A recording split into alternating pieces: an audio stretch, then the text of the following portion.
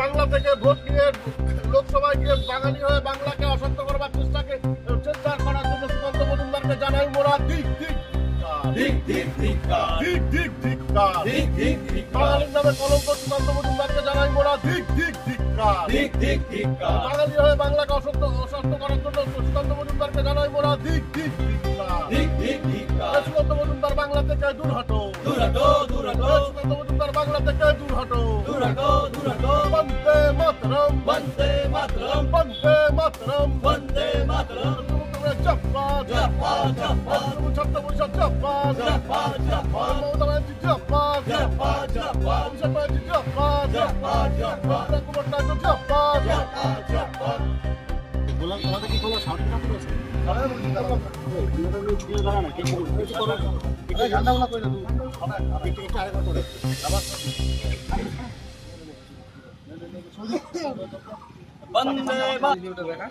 ফটোগুলো দেখা ভিডিওটা আমি দিয়েছি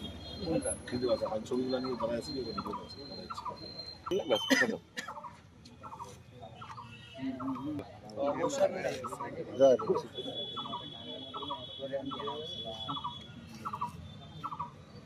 শান্ত বাংলাকে অশান্ত করবার জন্য বিজেপি এবং বিজেপি নেতৃত্ব এবং তাদের সোশ্যাল মিডিয়া যেভাবে মাঠে নেমেছে আমরা প্রমাণ পেয়েছি গতকাল সুকান্ত মজুমদার তার একটি পোস্ট বাংলার মুর্শিদাবাদের ঘটনাটাকে যেভাবে বিতর্কিত করে উনি পোস্ট করেছিলেন তার টুইটের মাধ্যমে সেই পোস্টটি পরবর্তীতে উনি যখন বুঝতে পারেন যে মানুষ এটা বুঝে গেছে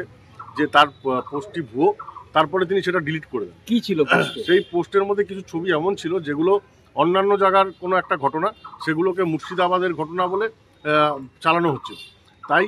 তার এই বিজেপি সহ তাদের নেতৃত্বদের এই ভুয়ো নিউজ প্রকাশ করে শান্ত বাংলাকে অশান্ত করবার জন্য লাশের উপর রাজনীতি করবার যে প্রচেষ্টা তাকে ধিক্কার জানাই।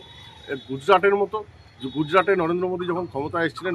জাতি দাঙ্গা করিয়ে এসেছিলেন এবং ওনারা এখন ভাবছেন যে বাংলায় জাতি দাঙ্গা করিয়ে হয়তো বাংলাটাকে ওনারা দখল করতে পারবে, কিন্তু তাদের এই অপপ্রচেষ্টাকে আমরা ধিক্কার জানাচ্ছি এবং তার প্রতিবাদে আজকে সুকান্ত মজুমদারের এগেনস্টে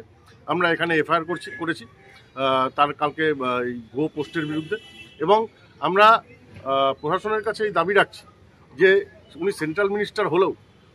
হয়েও যেভাবে বাংলাকে অশান্ত করবার প্রচেষ্টা করছেন তার বিরুদ্ধে যেন আইনত ব্যবস্থা নেওয়া হয় সেই আশা আমরা রাখছি।